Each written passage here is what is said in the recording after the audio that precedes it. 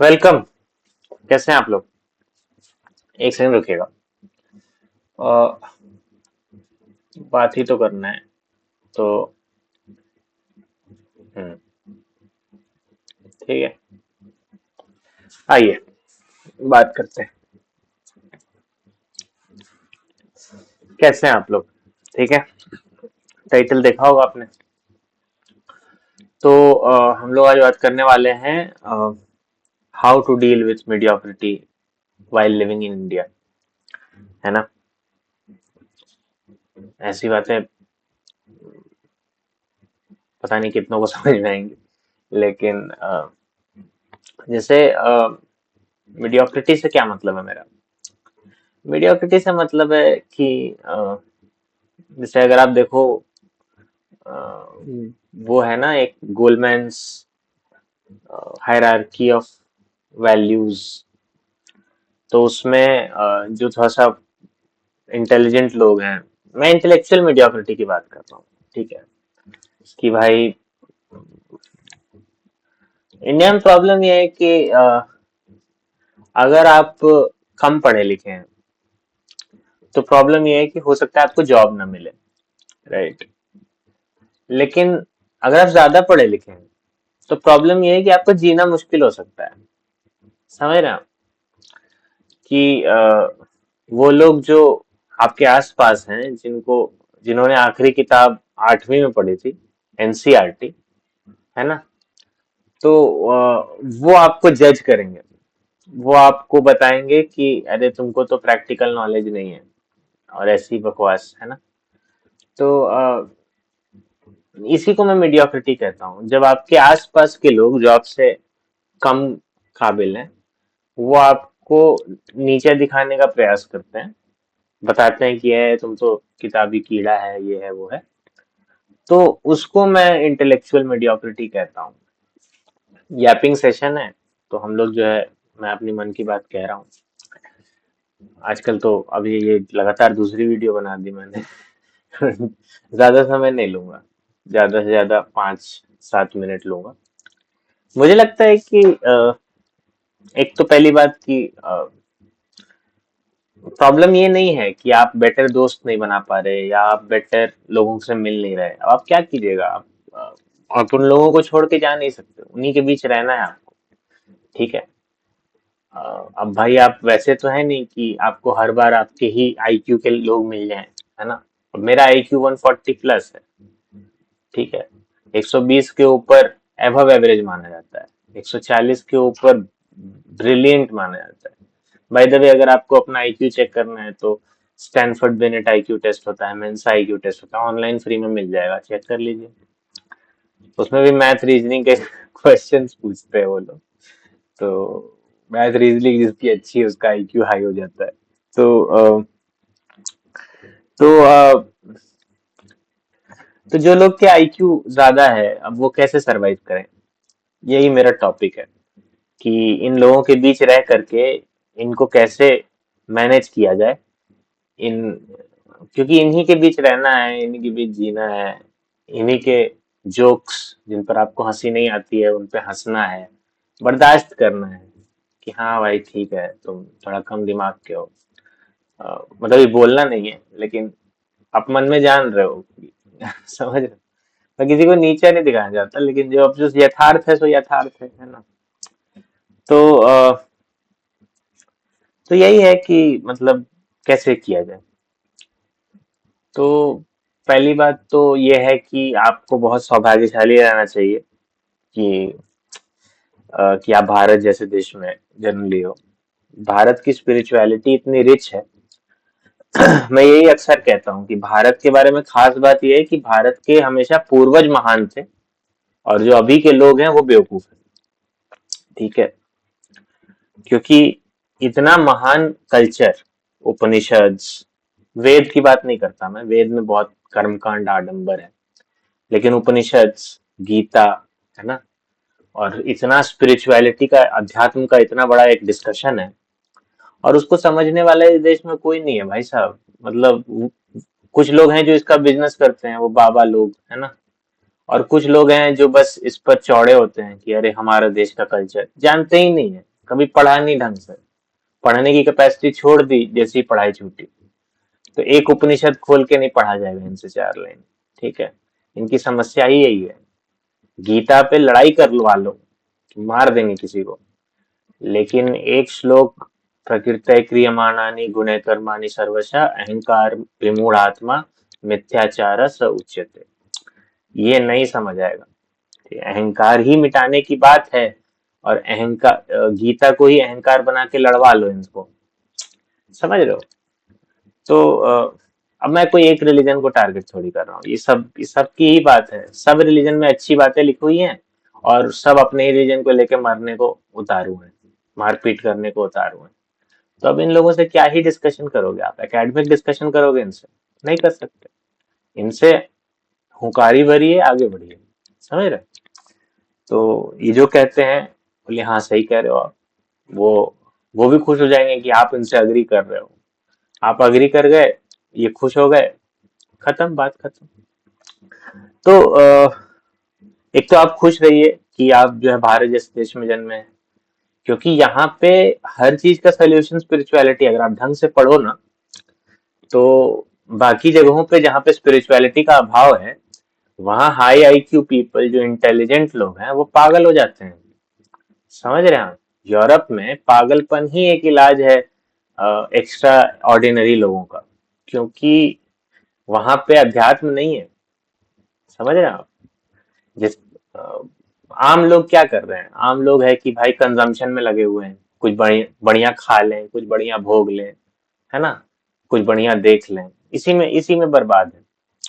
जिन लोगों का मन इनमें नहीं लगता है, जिनका मन लगता है आइडियाज में, जिनका मन लगता है थोड़ा इससे बेहतर चीजों में, फिलोसफी में लगता है, उनके लिए एक ही जगह बचती है, वो है सन्यास, वो बचता है अध्यात्म।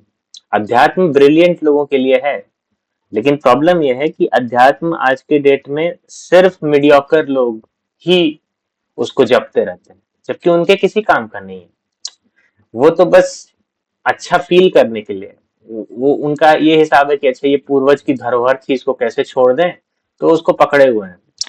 एक्चुअली पूर्वज की धरोहर थी, पूर्वज थे भी तो ब्रिलियंट तुम्हारे, कपिल मुनि, आदिगुरु शंकराचार्य, गौतम बुद्ध, ये ब्रिलियंट लोग हैं भाई साहब, इनकी खुद की आईक्यू 150 प्लस होगा। तो तुम इनकी तुलना में बौने हो, और तुम कह रहे हो कि तुमको फिर शून्यवाद क्यों नहीं समझ में आता, तुमको अद्वैत वेदांत क्यों नहीं समझ में आता।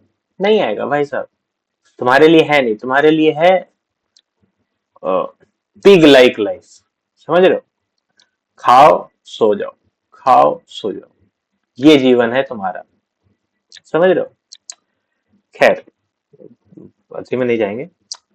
तो जिन लोगों के को नहीं एक्सेस है, जो जो झेलते हैं on the daily basis mediocre लोगों को, जिनको झेलना पड़ता है आसपास कम दिमाग वाले लोगों को, उनको मेरी सलाह यही है कि स्पिरिचुअल हो जाओ। मैं ये नहीं कह रहा कि माला जपने लगो, कि भाई मंदिर जाने लगो, मैं ये नहीं कह रहा। किताबें उठाओ, बड़ा अच्छा लगेगा। गीता उठा के पढ़ो ना। वो गीता जो है वो ऐसे ही धर्म के नाम पे बदनाम है। ये लोग एक दिन उठाएंगे ना गीता, अगले दिन से गीता का नाम नहीं लेंगे, क्योंकि गीता में जो बात लिखी हुई है ना, इनको पचेगी ही नहीं। इनको लगेगा यार इतना हार्ड है, निष्काम कर्मयोग इतना हार्ड है प्रैक्टिस करना। हाँ तो हार्ड ही होता है, धर्म मामूली चीज थोड़ी है, धर्म मुश्किल चीज है, बड़े लोगों की बात है। तो आप उठा के पढ़ो, उसमें बहुत गहरी बात है, आपको आपको समझ में आएगी, आपको लगेगा कि नहीं भाई, कोई आदमी तो था जो 2500 साल पहले, 5000 साल पहले हुआ था, कृष्ण नाम था उसका, अष्टावक्र नाम था उसका, बुद्ध नाम था उसका, शंकराचार्य नाम था उसका, है ना, महावीर नाम था उसका। उसको मेरी बात समझ में आती थी, उसको समझ में आता था कि कैसा लगता है दिमाग से पैदल लोगों के बीच रहना और सरवाइव करना। समझ रहे हो? उनको भी ऐसा ही महसूस होता होगा भाई, उनको भी लगता होगा कि ये भागे जा रहे हैं लोग कंजम्पशन के पीछे, ये इनका जीवन जो है खाओ सूतो इसी में घूम रहा है, और आप जो है यहाँ पे बड़ी बड़ी बातें कर रहे हो, आइडियाज की, थ्योरी की, कविता की, है ना, रिसर्च की। आप ये बातें करना चाहते हो, ठीक है। तो लेकिन वो संभव नहीं है, समझ रहे हो। तो वो जो एक इंटेलेक्चुअल लोनलीनेस है, जो इंटेलेक्चुअल प्यास है, बौद्धिक प्यास है, कि भाई कोई मिल ही नहीं रहा अपने जैसा बात करने लायक, ये महावीर को भी लगता होगा, ये बुद्ध को भी लगता होगा, ये लाओ त्सु को भी लगता होगा। कहा जाता है लाओ त्सु जो है वो साल साल भर किसी से बात नहीं करता था, चुपचाप अपना काम कर रहा है। बात करने लायक आदमी मिले ना तब तो करेगा। वो जो बात कह रहा है, विपरीत सापेक्षों का अनुमान और इस तरह की बातें जो कर रहा है, वो समझ में आएगी आपको।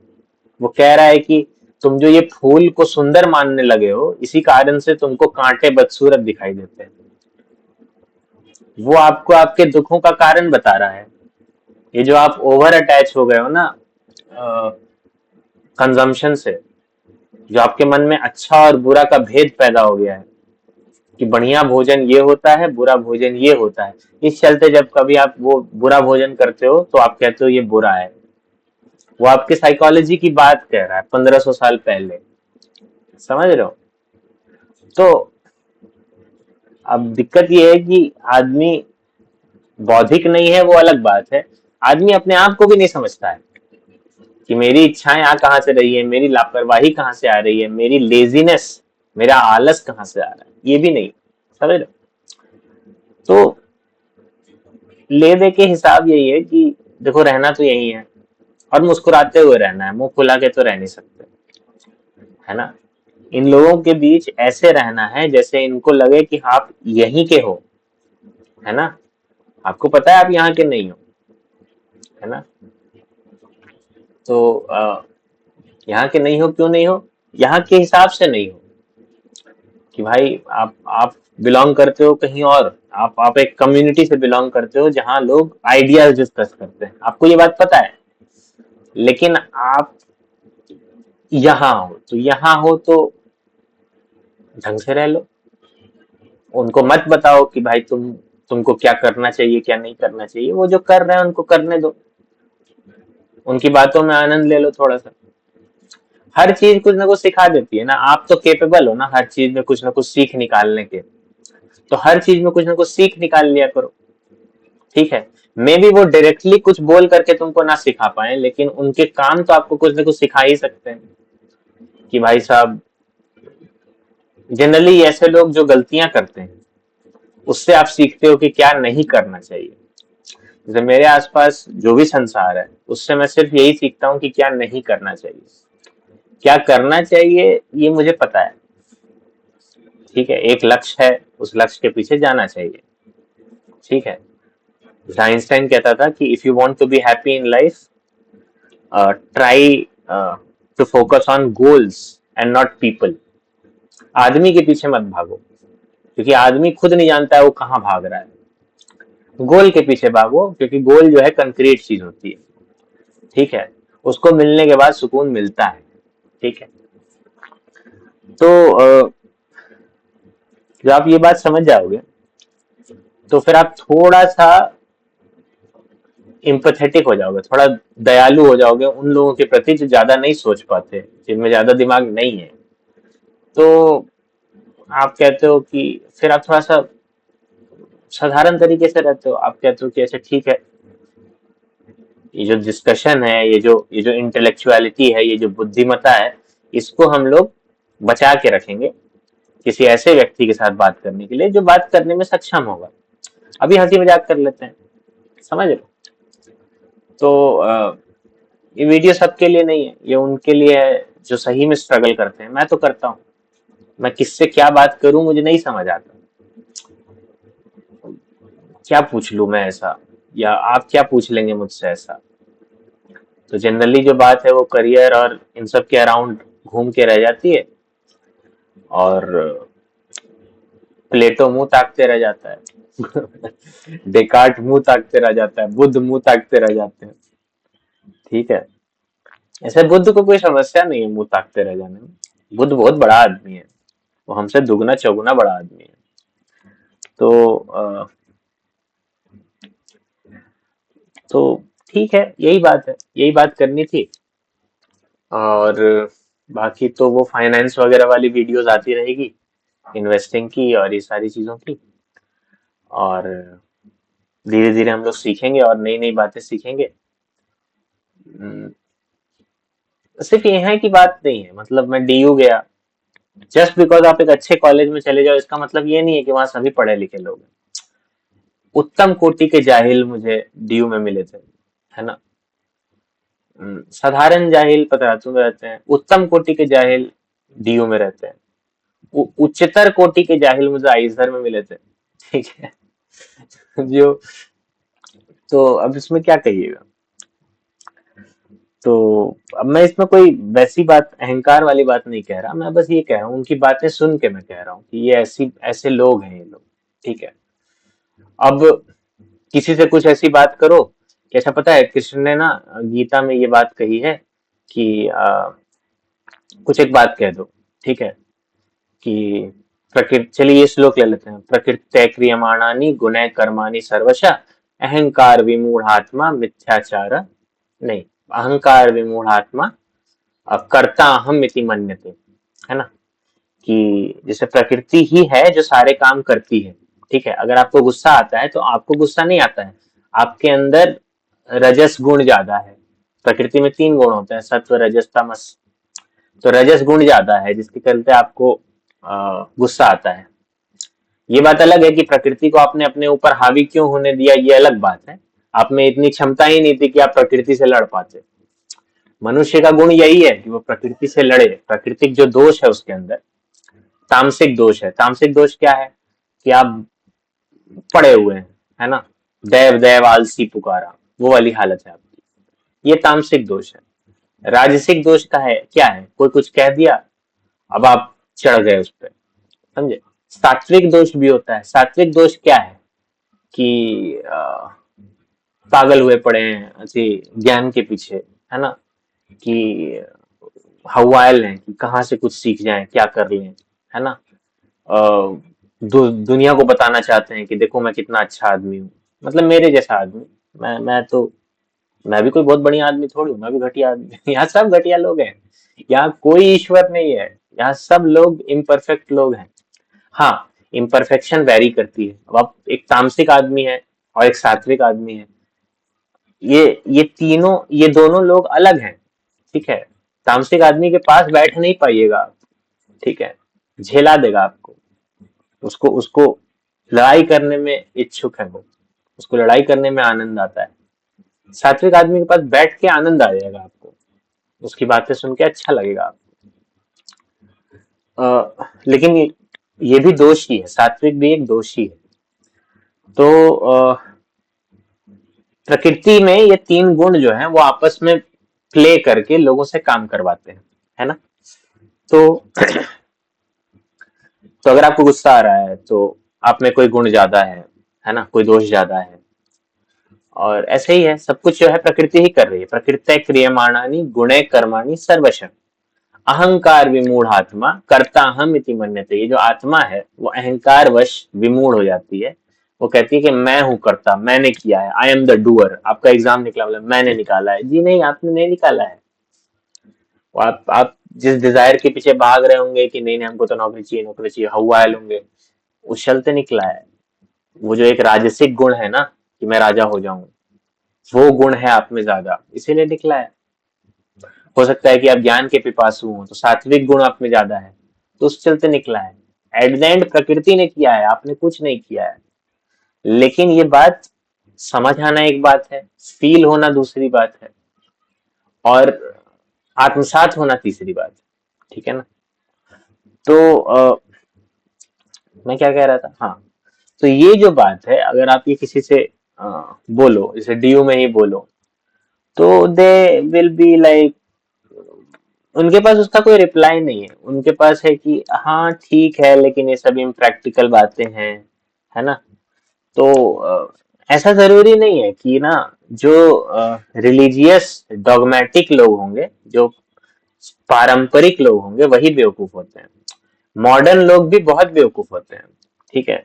तो डीयू में मुझे मॉडर्न किस्म के जाहिल मिले थे, जो रिलीजन में नहीं मानते, धर्म में नहीं मानते, एथीस्ट हैं, है ना।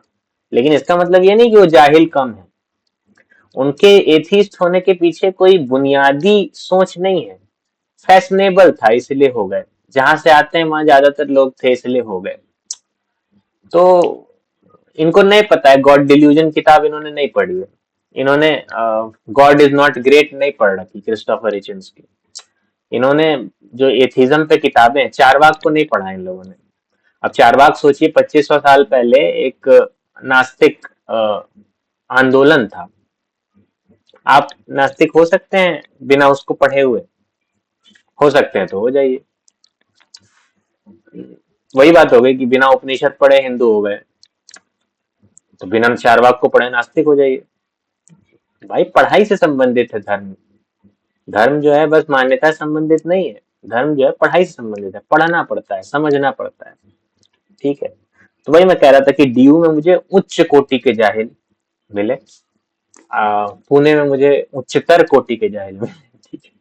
पतरातू के लोग तो फिर भी बहुत ढंग के लोग हैं, साधारण लोग हैं, ज्यादा आडंबर नहीं है, सीधे साधे लोग हैं। अ, तो वही है, मतलब इसीलिए आप कभी भी ना शहर के हिसाब से लोगों को जज मत कीजिएगा। आपको बड़े शहर में भी उच्चतर कोटि के व्यक्ति मिल जाएंगे वैसे जाहिल, तो उनको भी झेलना ही पड़ता है। कई बार वो पोस्ट में आपसे ऊपर होते हैं तो उनको और झेलना पड़ता है। तो उसमें यस सर बोल के झेलना पड़ता है। मुझे तो प्रोफेसर भी मुझे तो प्रोफेसर भी मिले एक से एक, है ना। तो एक से एक से मेरा मतलब है कि एक लेवल के बाद आप प्रोफेशनल हो गए हो। पढ़ाई पढ़ाई आप पढ़ने पढ़ाने के बिजनेस में हो तो आपका दिमाग खुला हुआ होना चाहिए ना, कि भाई आप जो है नए ज्ञान को लेकर तत्पर हो। कोई लड़के ने कुछ बताया तो उसमें मेरिट ढूंढिए, उसमें ढूंढिए कि इसमें कोई बात वो सही कह रहा है। आपको दिख रहा है कि ये कल का आया हुआ लड़का मुझे सिखा रहा है। अगर आप अभी भी इस तरीके से सोचते हो, छोटा बड़ा में सोचते हो, ठीक है, तो फिर आप क्या ही सीख पाओगे। आप एक इनसिक्योर आदमी हो जो जीवन भर इस बात की इनसिक्योरिटी में रहा कि कोई मुझे बेवकूफ ना बोल दे। आपने उलट के मुझे बेवकूफ बोल दिया, मैंने सुन लिया, मैं तो थेथर आदमी हूँ।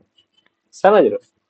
तो तो प्रोफेसर भी एक से एक उच्च कोटि के घमंडी जाहिल, है ना। तो मतलब इस वीडियो का उद्देश्य ये नहीं है कि मैं बताऊं कि कैसे पूरी दुनिया बेवकूफ है और मैं होशियार हूँ। मैं भी बेवकूफ हूँ, इसमें कोई समस्या नहीं है। अंतर इतना है कि मेरी बेवकूफी और आपकी बेवकूफी में अंतर ये है कि मैं जानता हूं कि मैं कितना बेवकूफ हूँ। समझ रहे हो। आप ये भी नहीं जानते कि आप कितना बेवकूफ हो। मैं इस जमाने का सुकरात हूँ, जो सुकरात कहता था कि मैं सिर्फ एक बात जानता हूँ कि मैं कुछ नहीं जानता। आप ये भी नहीं जानते कि आप क्या नहीं जानते। समझ रहे हो। तो आपको लगता है कि आपको सब पता है। तो यही समस्या है आपकी, मेरी समस्या नहीं है। तो आपको कैसे झेलना है? झेलना ऐसे है कि एक किताब खरीदिए चुटकुलों की, और जोक करते रहिए। इनके आसपास हंसी मजाक करते रहिए। हो सकता है आपके बहुत से चुटकुले इनको समझ में नहीं आएंगे, लेकिन आप कोशिश करते रहिए, हंसी मजाक करते रहिए। किसी तरीके से भी अपनी आइडेंटिटी रिवील मत करिए। किसी तरीके से भी ये नहीं पता लगना चाहिए कि आप थोड़ा सा भी पढ़े लिखे हैं। ठीक है। एकदम भेष बदल के, ठीक है। जैसे गालिब का शेर है कि भेष बद भेष बदल कर दुनिया वालों का हम अ, तमाशाए दहरो हरम देखते हैं। ऐसा कुछ शेर है कि हम दुनिया वालों का भेष बना के हम दुनिया का तमाशा देखते हैं। और गालिबी शायर है जो कहता है कि तमाशाए दहर नहीं है, बाजी चाहे अतफाल है दुनिया मेरे आगे, होता है शबो रोज तमाशा मेरे आगे। तो कि मतलब बच्चों के खेलने का मैदान है, ये जो दुनिया है ये बच्चों के खेलने का मैदान है। बच्चे खेलते रहते हैं, तो होता है शबो रोज तमाशा मेरे आगे। ये जो जो भी कर रहे हैं ये लोग, दुनिया में जो कुछ भी हो रहा है ये मेरे तमाशा है, एक हो रहा है। इनको लगता है कि ये बहुत ऊंची चीज कर रहे हैं। ये मेरे लिए बच्चे के समान है ये लोग। और सही बात है, जो जो इंटेलेक्चुअल आदमी होता है, जो पढ़ा लिखा होता है, यही गालिब था जो 12 साल की उम्र में अपने दादा के किसी दोस्त को कह दिया था उसने कि तुम बुजुर्ग नहीं हुए हो, तुम बूढ़े हो गए हो। इसका अंतर समझिए। उसने शेर सुनाया था, एक फारसी शेर सुनाया कि बुजुर्गी अ, बुजुर्गी अ, बाअक्ल ना बसाल। ठीक है, बुजुर्गी नाबाअक्ल, सॉरी, बुजुर्गी बाअक्ल नाबसाल। तो मतलब बुजुर्गी जो है, बुजुर्ग एक अच्छा शब्द है। बुजुर्ग का मतलब है कि जो थोड़ा सा वाइज बुढ़ा होता है, समझदार बुढ़ा होता है, उसको बुजुर्ग कहते हैं। और जो समझदार नहीं होता है उसको बस बुढ़ा कहते हैं। आपने समझदारी ली नहीं तो आप सिर्फ बुढ़े हो गए। तो ये जो बुजुर्गी है, बाअक्ल, अक्ल से आती है, साल से नहीं आती कि मैं 50 साल जी गया इस दुनिया में। अच्छा, जी गए तो तुम कौन सा अनुभव तुमने बढ़िया लिए?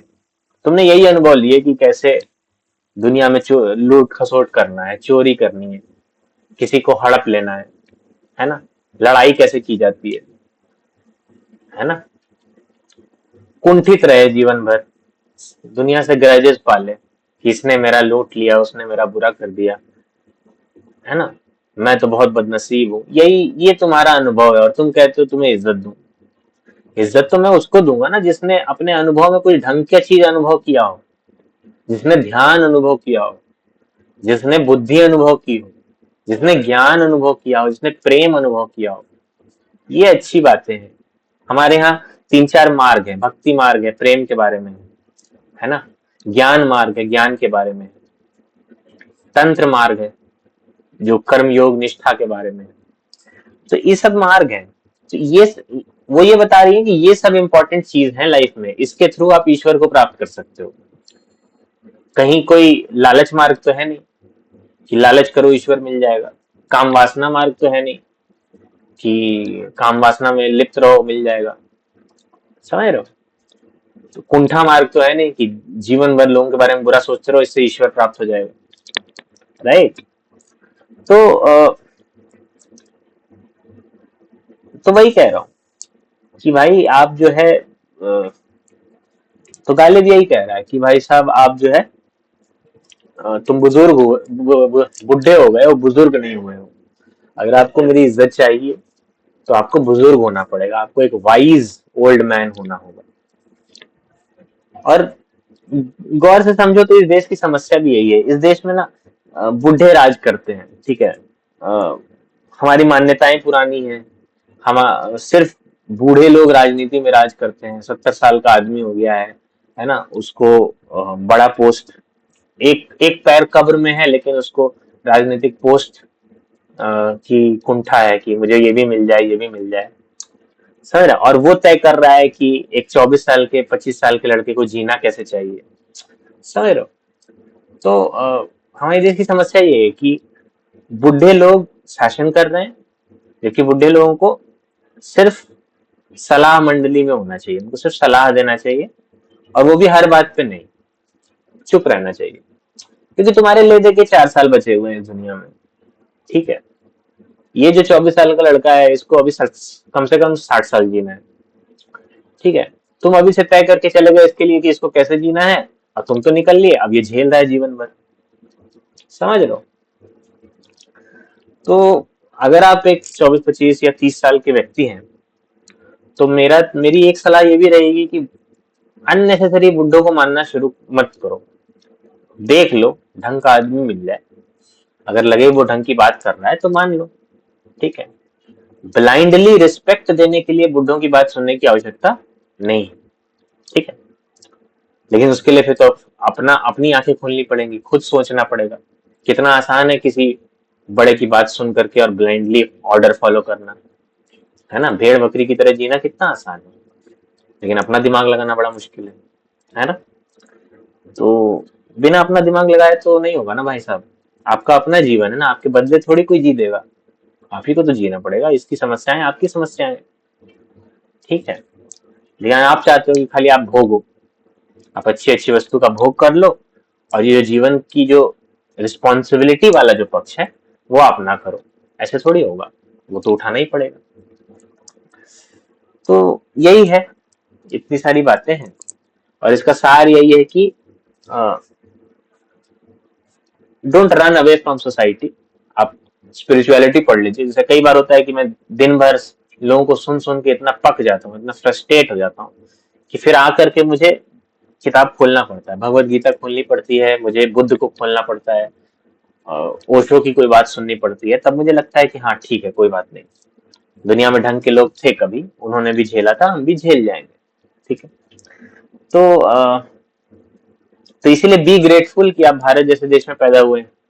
इसकी इसके अध्यात्म की धरोहर बहुत बड़ी है, उसकी तरफ जाइए, आप जिंदा रहेंगे ढंग से, आप जी लेंगे। और इन लोगों को ज्यादा हो सके तो अकेले रहा कीजिए, है ना। फिजूल लोगों की कंपनी में रहने से अच्छा है कि आप अकेले रहें। अगर आपको झेलना ही है तो आप मुस्कुराते हुए झेलिए, कुछ हंसी मजाक करते हुए झेलिए, ताकि उनको भी बुरा ना लगे, है ना। बाकी आखिरी है कि फिजूल बुड्ढों की बात मत सुनिए प्लीज, भगवान के लिए। अगर आपको एक अच्छा जीवन चाहिए तो वैसे बुड्ढे जिन्होंने जीवन भर सिर्फ कुंठाएं बटोरी हैं, उनकी बात सुनने की कोई आवश्यकता नहीं है। जो अध्यात्म की बात करे, जो ढंग की बात करे, उसकी बात सुन लीजिए, अन्यथा जाने दीजिए। ठीक है। यही सब था, यही सब लेकर के आता रहूंगा मैं। अ, अगर आपको कोई ढंग का इसमें से ढंग की बात लगती है तो ले लीजिए, वरना आगे बढ़िए। ठीक है। Okay, bye bye. Thank you for listening.